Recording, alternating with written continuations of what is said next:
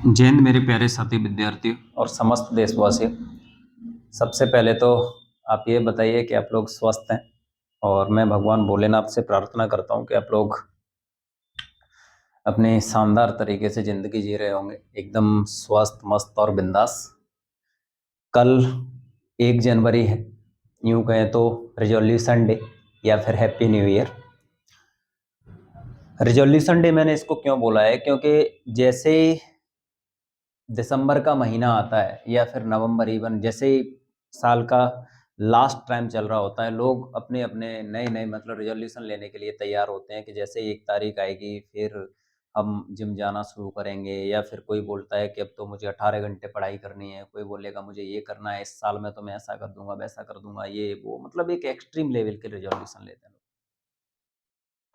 Resolution लेना कोई बुरी बात नहीं है, लेकिन ना तो सूर्य ने मतलब अपनी गति करना बंद किया, ना पृथ्वी ने मतलब कुछ अपना सिस्टम चेंज कर दिया है, ना तुम्हारे माता-पिता हैं उन्होंने मतलब अपना काम बंद कर दिया है।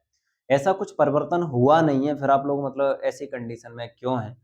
और जो व्यक्ति आज कुछ नहीं कर पा रहा है, वो कल से ऐसा कुछ मतलब एकदम से परिवर्तन आएगा, इसकी क्या गारंटी है? जो आज 1 घंटे भी स्टडी नहीं कर रहा है, वो कल से 18 घंटे स्टडी करेगा, इसकी मतलब मैं तो गारंटी नहीं ले सकता, और ना मैं इस चीज़ पे मतलब विश्वास कर सकता।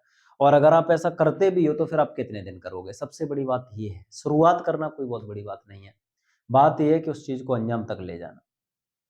कंडीशन ऐसी होती है कि मतलब जो 1 जुलाई है उस दिन 18 घंटे स्टडी कर रहे हैं, फिर 2 जुलाई है उस दिन मतलब 15 घंटे स्टडी कर रहे हैं, और फिर वो जनवरी है, और उसके बाद पता चलता है धीरे-धीरे, धीरे-धीरे कर के वो मतलब सारी की सारी चीज़ें मतलब धरी-धराई हो जाती हैं, और 5 दिन के अंदर आप बीमार पड़ जाते हो और उसके बाद कुछ नहीं।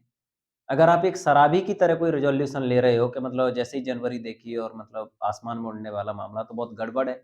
अगर आपको कोई रिज़ॉल्यूशन लेना ही है तो आप अरुणिमा सिन्हा, एपीजे अब्दुल कलाम, स्वामी विवेकानंद, इवन आप अपने अपने माता-पिता को देख के भी मतलब ये सारी की सारी चीज़ें, क्योंकि वो प्रतिज्ञा या फिर जो रिज़ॉल्यूशन है या फिर जो वादा है, वो आपसे करते तो कभी नहीं लेकिन निभाते ज़रूर रहते हैं, मतलब 100% निभाते रहते हैं। ऐसी कंडीशन वाला मामला कि आपको किसी भी चीज़ की ज़रूरत होती है, तो वो आपकी ज़रूरतें पूरा करते हैं। उससे भी सबसे बड़ी बात ये है कि मतलब एक माँ को पता होता है कि चाहे 1 जनवरी आए तो, 1 दिसंबर आए तो, 1 नवंबर आए तो मतलब, या फिर कोई भी दिन चले, या उनको खाना बनाना है मतलब बनाना है। उनको ये बर्तन साफ करने हैं। पिताजी हैं वो अपनी रिस्पॉन्सिबिलिटी निभा रहे हैं। सब लोग अपनी-अपनी रिस्पॉन्सिबिलिटी। तो आपका जो मामला है वो ये नहीं कि मतलब अरे अब क्या है, अब तो 28 दिसंबर, अब तो 29 दिसंबर, अब तो 30 दिसंबर, अब तो मतलब 31 दिसंबर क्या पढ़ाई करनी है। अब तो शुरू करेंगे हम 1 जनवरी से। और 1 जनवरी को अगर आपके साथ कोई एक कंडीशन ऐसी क्रिएट हो जाती है, फिर आप लोग क्या करोगे? तो उम्मीद है कि आप लोग मतलब इन सब चीज़ों को समझोगे और बेहतर तरीके से मतलब आगे के लिए चीज़ों को मैनेज करोगे। आप लोगों को पता हुआ है कि इस वर्ष यानी 2024 मेरे लिए मतलब ऐसा है कि मुझे कुछ स्पेशल तो ऐसा तो कुछ नहीं है। मैं जो संडे, मंडे, ट्यूसडे, वेडनेसडे सब मतलब एक ही मामला है, लेकिन मतलब मंडे से मतलब ऐसा कुछ मामला है कि मतलब कुछ एक अलग ही कंडीशन है आप लोगों की, कि शुरुआत मंडे से करनी है। तो 1 जनवरी भी है, मंडे भी है, और सबसे बड़ी बात ये है जो 2024 है आपको 366 दिन का मतलब मिला हुआ है, और 366 दिन के मिलने का मतलब आप जानते ही हो कि लीप ईयर है और 1 दिन एक्स्ट्रा मिला हुआ है। और उसके साथ-साथ आप लोगों के पास मौके पर मौके हैं, और मौके पर मौके मैं क्यों बोल रहा हूँ, आप लोगों के पास यूपीएसआई की वैकेंसी है, पीएससी का हाल ही में एग्ज़ाम हुआ है तो उसका मेंस आने वाला है, यूपीएसआई है, उसके बाद यूपी पुलिस का मतलब एग्ज़ाम है, उसके बाद एसएससी जीडी का एग्ज़ाम है, फिर एमपीएसआई की वैकेंसी आने वाली है, एमपीपीएससी फिर अप्रैल में होने वाला है। आप लोगों के पास वैकेंसीज़ की कमी नहीं है, आप लोग रेलवे का मतलब एग्ज़ाम होने वाला है, तो वैकेंसीज़ की कमी नहीं है। सबसे मेन जो मामला है, वो मेन मामला तो आप लोगों के डेडिकेशन का है, आप लोगों के फ़ोकस का है, आप लोगों के टारगेट का है, कि आप लोग कर क्या रहे हो।